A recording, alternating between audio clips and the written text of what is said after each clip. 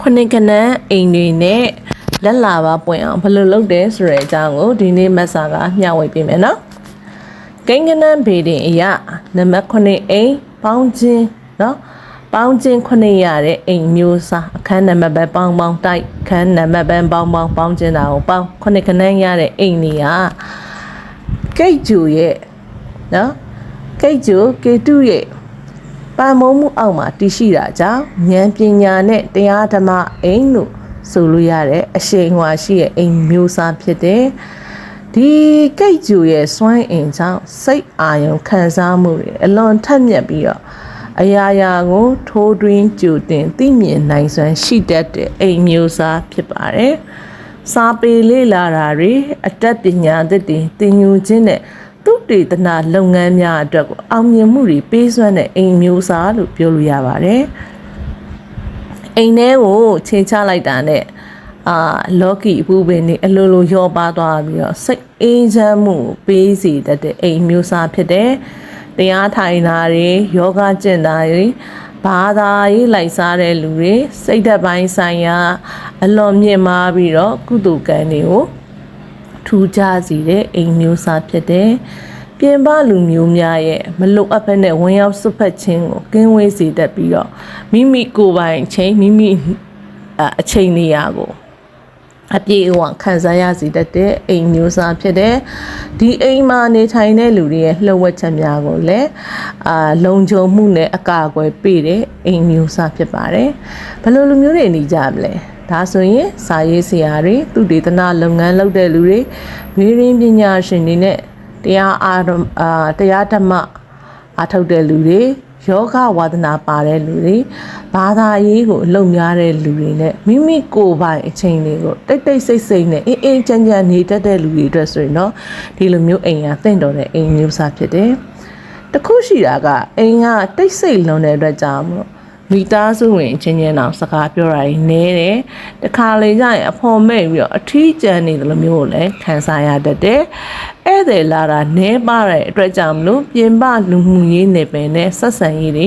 ပြတ်တောက်သွားတတ်တယ်။ရုပ်ဝတ္ထုပစ္စည်းတွေငွေကြေးရှာဖွေခြင်းတွေထက်စိတ်အေးချမ်းမှုကိုကိုးစားပြုတဲ့အတွက်ကြောင့်မလို့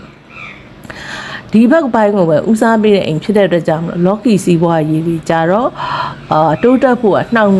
နှေးတတ်တယ်နှိကွေးတတ်တဲ့အိမ်မျိုးစားပေါ့နော်ဖြစ်တတ်တယ်အခါတရံမှာအိမ်တွင်းမှာအလင်းရောင်ရရှိမှုနည်းပါတဲ့အတွက်ကြောင့်လေဝင်လူထက်မကောင်းတာတွေအဆူပြန်တာတွေဒါမျိုးတွေဖြစ်တတ်တာတော့တခုသတိထားမယ်လျှို့ဝှက်စမ်းကြဲတဲ့စွမ်းအင်တွေရှိတာအများအပြားဖြစ်တာကြောင့်ခါလေးကျရင်စိတ်ချောက်ကြတတ်တဲ့အိမ်မက်ဆူတွေလည်းတစ်ခါတလေမှတ်တတ်ပါတယ်အိမ်ထဲကိုနေအောင်ကြီးရကောင်းကောင်းရအောင်ဘရင်းဘက်ကလေးတွေကိုဖွင့်ထားပေးရမယ်လေဝင်လေထွက်တန်ရှင်းအောင်ထားပေးခြင်းအပြင်မှောင်မိုက်တဲ့စွမ်းအင်တွေကိုမောင်းထုတ်ပေးပါလိမ့်မယ်အိမ်တွင်မှာပေါ့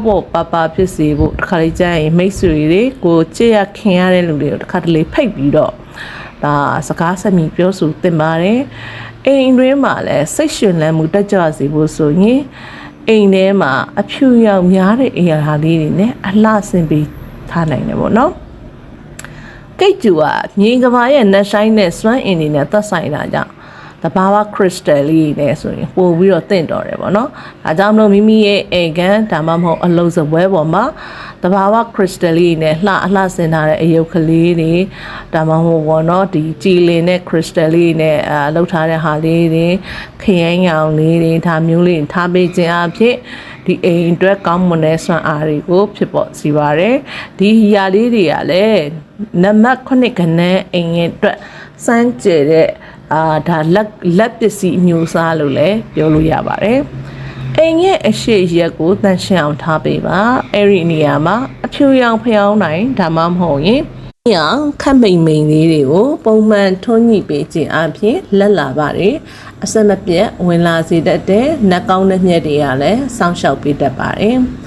ကိတ်ဂျူဆိုတာရှေးဟောင်းဆန်ပြီးတော့ငိမ့်ညမ်းတာနှစ်သက်တဲ့အိမ်မျိုးစားဖြစ်တဲ့အတွက်ကြောင့်မလို့မိမိအိမ်ထဲမှာအမွှေးနှံ့တာအနေနဲ့ဆိုရင်စံနှစ်ခုနှံ့တာအမွှေးတိုင်းနေတွေကိုအနည်းဆုံးတစ်ပတ်ကို2ကြိမ်လောက်တော့ထွန်းပြီး